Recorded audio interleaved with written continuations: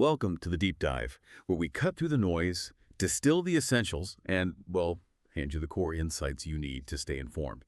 You're here because you want to grasp crucial global developments quickly, thoroughly, without feeling, overwhelmed. And today, we're embarking on what can only describe as a truly visionary journey into the future of air travel. Really fascinating stuff. We're going to be soaring into the skies over Kenya, exploring a comprehensive set of aviation reforms. But here's the kicker. These aren't just about local policy, no. They're rapidly becoming a blueprint for regional and maybe even global innovation in air travel. It's this amazing intersection of cutting-edge technology, smart policy, and, well, global collaboration. That's exactly right. Our deep dive today is built around insights from Kenya's aviation reform, safety, efficiency, and sustainability. We'll basically dissect these reforms, looking at them through three key lenses: safety, efficiency, and of course, sustainability. And crucially, we'll connect these national efforts to a larger, pretty ambitious Pan-African vision for air transport. You have to see the bigger picture. Yeah, our mission here is to pull out those truly illuminating aha moments, the things that show how Kenya is strategically positioning itself as a leader, really, in modern aviation. We'll explore the immediate impacts, sure, but also the broader challenges and opportunities that lie ahead for the whole continent. It's about understanding the subtle yet powerful ways a nation is charting its course in this increasingly complex world of air travel. This isn't just dry policy, it's like a living case study in innovation happening right now. Okay, so let's start where any discussion about aviation absolutely must begin. Safety. I mean, it's the bedrock, right? The non-negotiable foundation. What specific concrete measures is Kenya actually taking to enhance air travel safety? Not just for its own people, but for everyone flying in its airspace. Safety, absolutely, it's paramount. And Kenya has made it a clear, unequivocal priority. One of your big foundational steps is aligning their National Aviation Safety Plan, the NASP, directly with ICAO's Global Aviation Safety Plan. That's the International Civil Aviation Organization. Now, this isn't just about checking boxes. It's a deep commitment to making sure their safety protocols meet and often, exceed international benchmarks. What makes this particularly impactful for a country like Kenya is it gives them a standard, robust framework, essential for handling rapidly growing and, frankly, quite diverse air traffic. We're talking commercial jets, regional cargo, all sorts flying over varied terrain, different weather. And what's really fascinating here, and quite forward-thinking, I'd say, is how these reforms are proactively tackling not just current safety issues, but those genuinely emerging risks, things that are defining modern air travel now, like the huge increase in unmanned aircraft system, UAS drones, basically. Well, a lot of drones, right? Big challenge. Exactly. They present completely new challenges for integrating them safely into airspace, security too. And then there's the ever-present and growing threat of cybersecurity breaches. These can hit anything from air traffic control to, passenger data. These are complex, constantly evolving threats. They need more than just reaction. They demand foresight, integrated strategies, and Kenya is building solutions right into its reform package. Think about, say, a rogue drone near a major airport. Their NOSP is designed specifically to mitigate that kind of threat. New regulations, surveillance. That is incredibly proactive. Yeah. It's one thing to react after something happens, but to actually build in defenses against drone threats and complex cyber attacks into national policy at that scale. That really speaks volumes about their vision for secure skies. It suggests they're not just trying to keep up, maybe even anticipate and lead the way in future aviation security. But what does that actually mean for the average traveler, you think? Does it translate into changes you can see, or is it all happening behind the curtain? Well, for the average traveler, it ultimately means a more secure and reliable journey, even if you don't see the changes immediately. Think of it like a really strong immune system for the whole aviation network. It's working in the background. Behind the scenes, it means more rigorous training for controllers, managing all kinds of aircraft, including drones. It means better detection systems around airports for unauthorized UAS, and much stronger digital security protecting flight info. Right. So the direct benefit is trust, confidence, knowing that when you board a plane in Kenya or fly through its airspace, basically every possible measure's been taken against these modern threats. It reduces risks you probably weren't even aware of, lets you fly with, well, greater peace of mind. Okay, the invisible hand of safety, hard at work. Got it. Now let's shift gears from that safety foundation to the intricate dance of how air travel actually moves and operates. This is where it gets really interesting, I think, for anyone who's ever sat through a delay or just wondered how a busy airport even functions.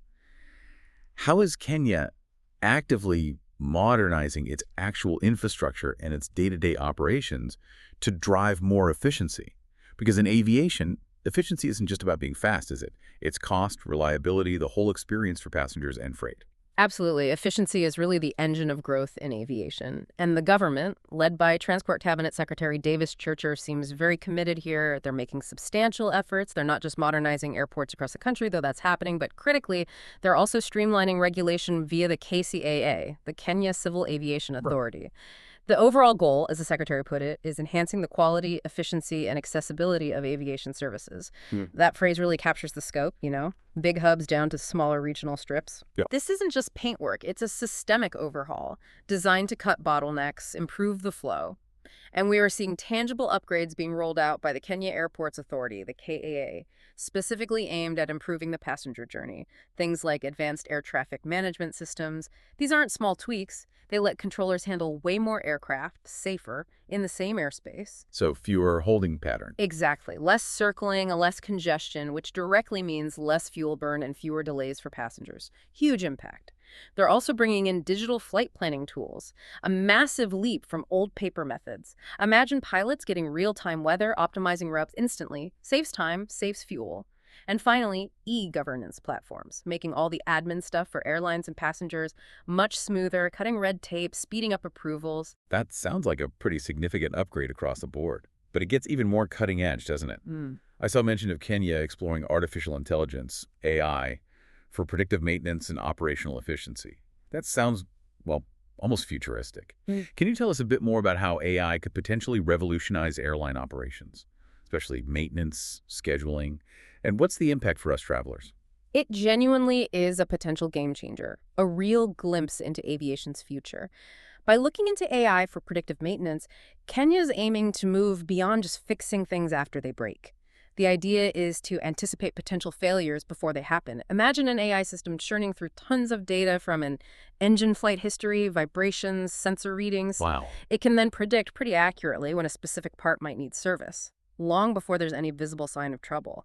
This drastically cuts down on unscheduled downtime, boosts safety by catching things early, and, frankly, slashes operational costs because maintenance becomes planned, strategic. So fewer surprise delays for mechanicals. Precisely. Far fewer unexpected delays, and just higher confidence in the plane's reliability for you, the traveler. And for operational efficiency, AI's potential is just as big. It can optimize flight paths in real time, adapting instantly to weather changes or airspace closures. Finding the most fuel-efficient, timely routes, it could revolutionize ground operations too. Baggage handling, gate assignments, making everything flow smoother at busy airports. And think about crew scheduling, a massive headache for airlines. AI can optimize rosters, ensuring crews are rested, legal, even when disruptions hit. Okay. All of this translates into a smoother, more reliable, and ultimately more punctual journey for you. It's taking the immense complexity of running an airline and using intelligence to make it feel seamless. That's a huge step forward. Definitely promises a much smoother experience. Now, moving from the mechanical and digital, let's talk environment. Sustainability. We absolutely have to discuss its critical importance in modern aviation. Air travel has a big carbon footprint, no escaping that. Global pressure is mounting for greener operations. So what is Kenya specifically doing to make its skies and its air travel more environmentally friendly? This feels like an area where actions really count. Yeah, Kenya seems definitely on board with the global push to green up aviation, and it doesn't look like they're just, paying lip service. They are actively implementing ICAO's carbon offsetting and reduction scheme for international aviation. That's CORSIA. It's a key international agreement aimed at mitigating aviation's climate impact. Basically requires airlines to offset CO2 emission increases from international flights. Okay, CORSIA. Yeah, Kenya's full participation shows a real commitment to global climate action. But it actually goes deeper than just compliance. Under that CORSIA umbrella, Kenya has its own detailed initiatives. They're outlined in its Co-Euro Emissions Reduction Action Plan for 2022-2028. This plan uses multiple approaches. Investing in carbon offset projects these balance out emissions by funding things that reduce greenhouse gases elsewhere, like reforestation or maybe renewable energy projects inside Kenya. Right, offsetting. They're also promoting and looking to use sustainable aviation fuels, SAFs. These are fuels from non-petroleum sources like used cooking oil, farm waste, even algae. Much lower carbon footprint than traditional jet fuel. SAFs are a big deal, aren't they? Huge deal. Requires significant investment, new infrastructure. It's not easy. And finally, they're developing green terminal initiatives, focusing on energy efficiency, waste reduction, sustainable practices right inside the airport buildings. Solar panels, water recycling, that kind of thing. And if we connect this to the bigger picture, these local actions aren't isolated.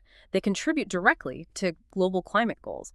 What's particularly smart, I think, is how Kenya is leveraging these efforts. Those carbon offset projects, for instance, they don't just count toward global carbon targets.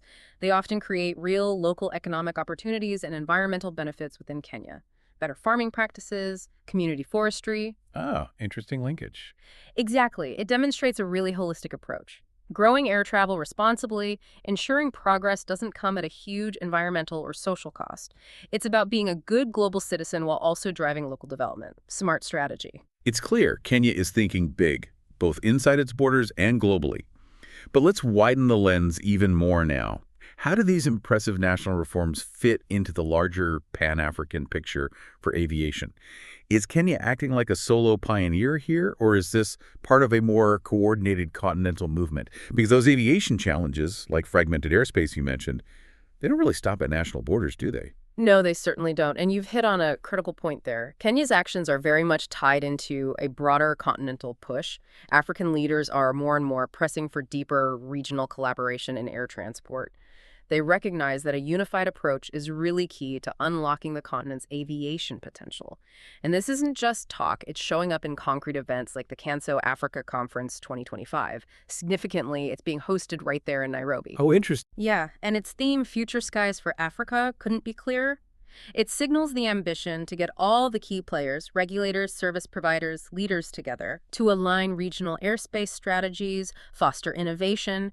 It's a very public statement of commitment to this collective vision. KCAA Chairman Brown Ondego put it really well, actually. He urged the continent to see its skies not just as transit routes, but as, quote, corridors of opportunity, innovation, and transformation.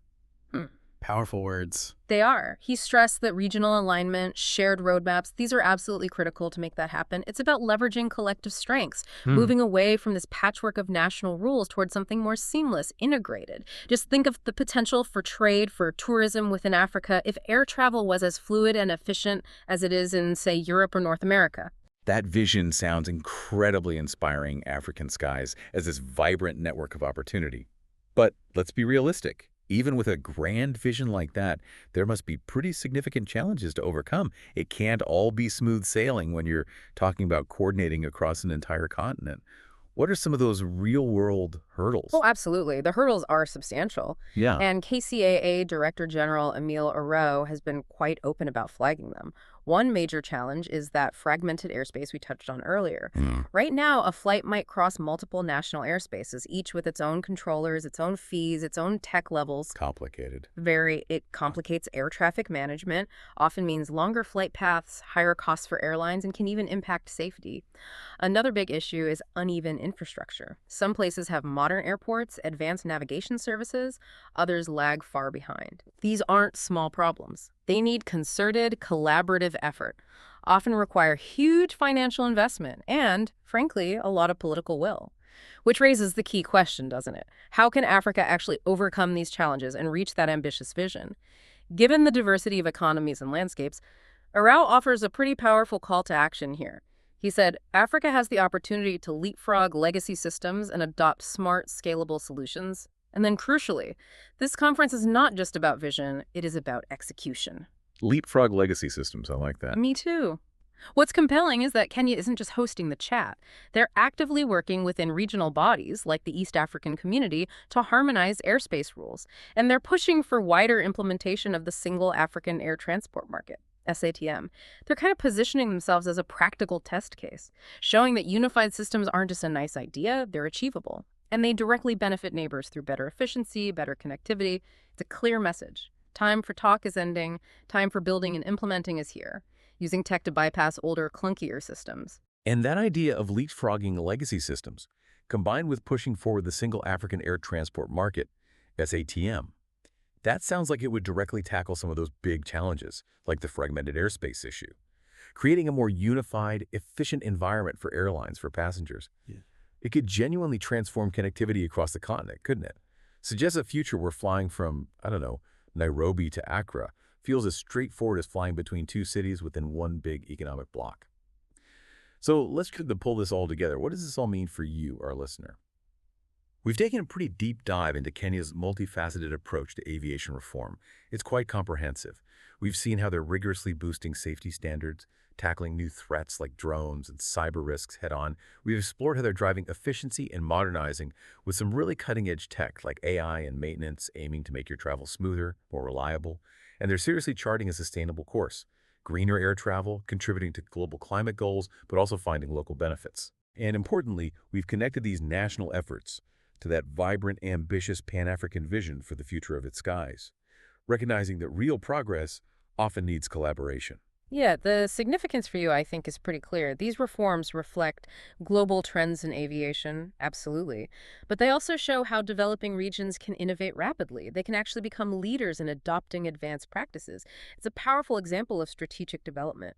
Balancing those international best practices with unique local needs and these grand continental goals. It really demonstrates what's possible when you match vision with determined execution, building an aviation future that's safer, more efficient, and crucially, more sustainable for everyone. Absolutely. So as you reflect on Kenya's ambitious and, well, integrated aviation reform and its role in this wider African vision, what does it tell you? What does it suggest about the future of infrastructure development, about regional collaboration in our rapidly changing world?